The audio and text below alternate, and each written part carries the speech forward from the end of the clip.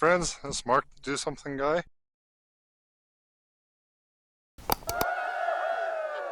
I'm out fishing again. I've got the canoe here. It's getting late in the day, and I'm going to be paddling out to, or trying to paddle out to, an island that's on this lake. Hopefully I can get out there. This bay, the ice is already starting to form there. It would be nice if this whole lake was frozen. I'd rather have my snowmobile and my ice fishing gear, but you know, it is what it is. Let's get out and enjoy the water while we can. All right, we're on the water.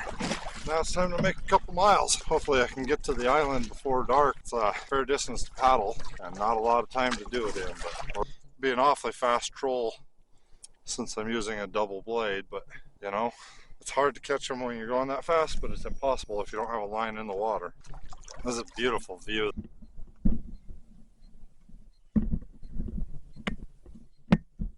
Sun's just gone behind the mountain, and I can feel it. It's already getting cold just coming around the corner here. I've got my first visual on the island. It's way up there. Right there's the island. Seeing some ice here on the water, which is a bit concerning. Well, I'm not quite certain what to think here. This amount of ice is really easy to paddle through, but it's supposed to be down around 10 degrees tonight. This ice wasn't here as far as I could see when I launched. This has only formed in about the last 45 minutes. I'm really concerned that if I push through this ice all the way out to the island, I might get froze at the island. It would take a couple of days probably to get thick enough ice. I didn't bring enough food for that. There are some options. I can camp on the shoreline over here next to me. Here I should have cell service, so I'm going to check that and make sure I've got enough cell service that I could get a call out or a text.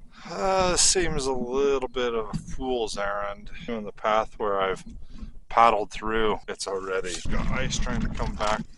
Afraid I may have to cut my losses and paddle back to mainland, set up a camp somewhere on the shore for tonight. And ice that I just broke through that was right here, if I can get a hold of a chunk of it.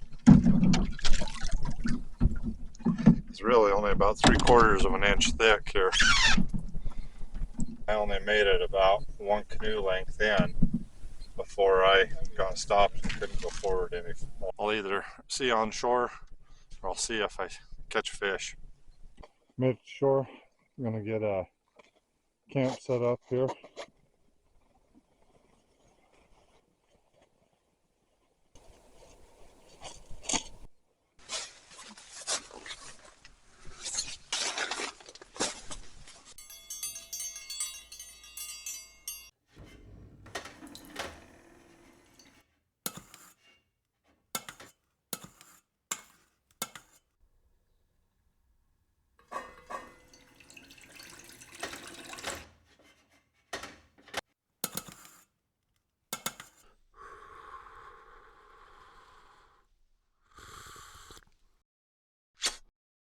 Alright guys, I'm tucked in here to sleeping bag and ready to go to bed. It is cold outside. They were saying it was supposed to be somewhere around 10 degrees tonight, and I'm guessing, at least where I'm at, that it's closer to 0. I can feel my breath freezing just a little bit. Anyhow, I'll see you guys in the morning.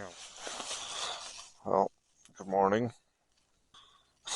I was just falling asleep last night, and still, I got up and was walking around, and she bumped the canoe, and I was bolt upright. Thought maybe there was a coyote or something here in camp, but nope, it was just Stella. This is my welcoming committee this morning. Stella's sitting outside here patiently waiting for me to get up.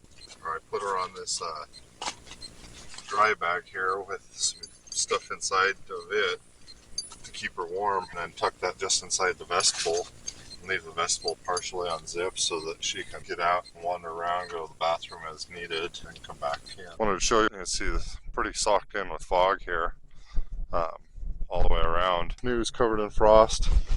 There's a whole bunch of frost on my fishing pole over here. Looks like an inch of frost on the line. That's fishing line right there, and it's as thick as my finger is wide. Pretty wild. And it did the same here on the back of my pole.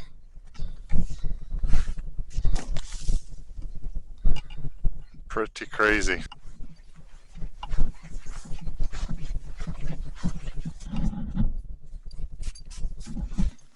Well, I think if it hadn't been for the wind, this would have all been froze. I'm not sure what time the wind picked up. If it hadn't been for that, I think this part of the lake would have had ice on it. Well, I guess I gotta make a game plan, see if we can get out and find some fish here a little bit. I think fishing is gonna be pretty short-lived because, well, it's stinking cold out there.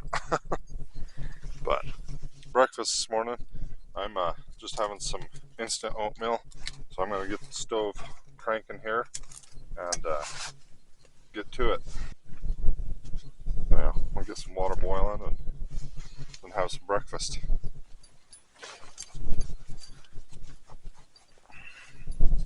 Well, I got my oatmeal here.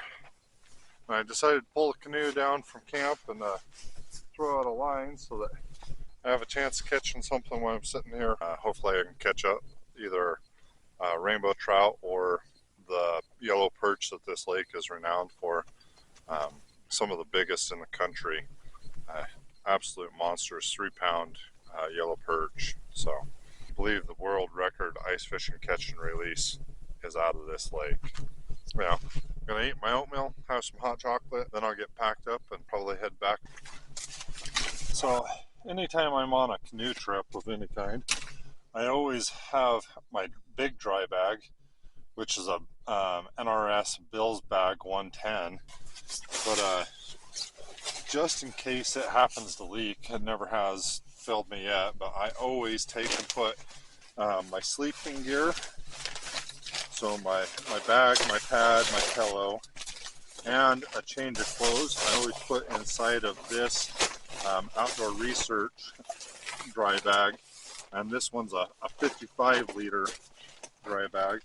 And just double bagging that, making sure that I will always have a way to get out of cold, wet clothes and to get warm if I should happen to dump a canoe.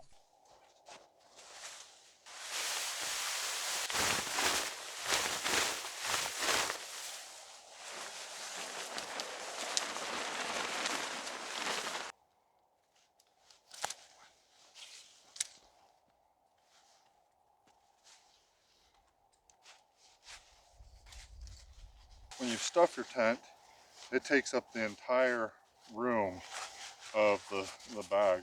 And that is camp.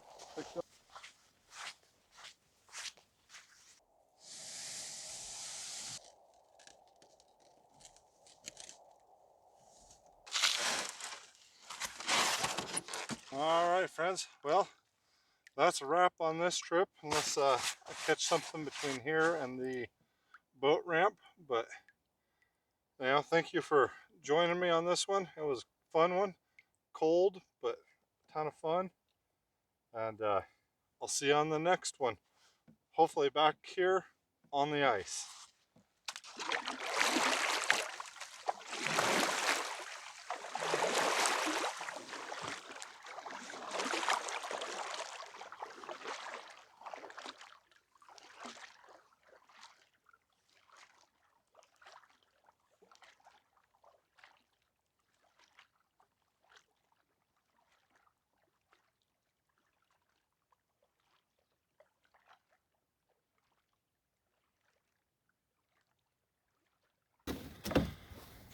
Hello, friends. Hopefully you'll pardon me for cutting back into this, but I just thought I would spend a moment and kind of wax philosophical. Feeling just a little bit that way this morning, or it's almost noon now, I guess. But anyhow, as I was paddling back in to the boat ramp, I was thinking, that the objectives of this trip were not met. camping on the island, catching big perch, catching trout, fire, just things like that were kind of main objectives for this particular trip. And those were not met. And it would be really, really easy. It'd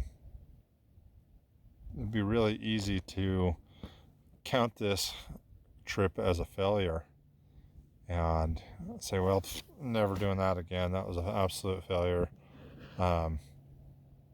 Even gear that was just not quite adequate for the task. And Stella, sit.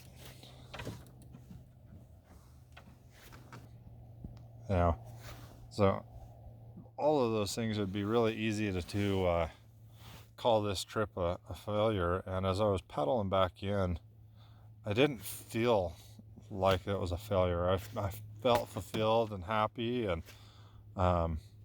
joyful, and I was pondering on why that is. And the conclusion that I came to is that it was successes amongst the failures, or because of the failures. Camped in a completely new spot, got to try out some new techniques, still had a really good time. It's absolutely beautiful out here, even though we're sucked in with fog and can hardly see the shore up there, but it's just a wonderful trip, and I've had a good time and experienced some new things. And because of those things, I can't in good honesty say that this trip was a failure. And I think that's the case in life a lot of times, is that, we may not meet certain objectives, but that doesn't mean that it was a failure.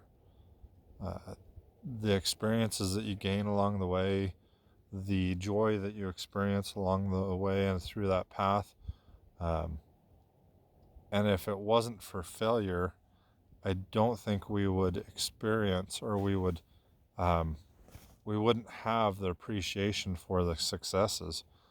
And every now and then you got to have a trip or something in your life that just doesn't quite go to plan. And I hope you'll pardon that, but felt like I needed to talk about it and just let you know that there is success amongst failure. Anyhow, I'll see you on the next one. Thanks.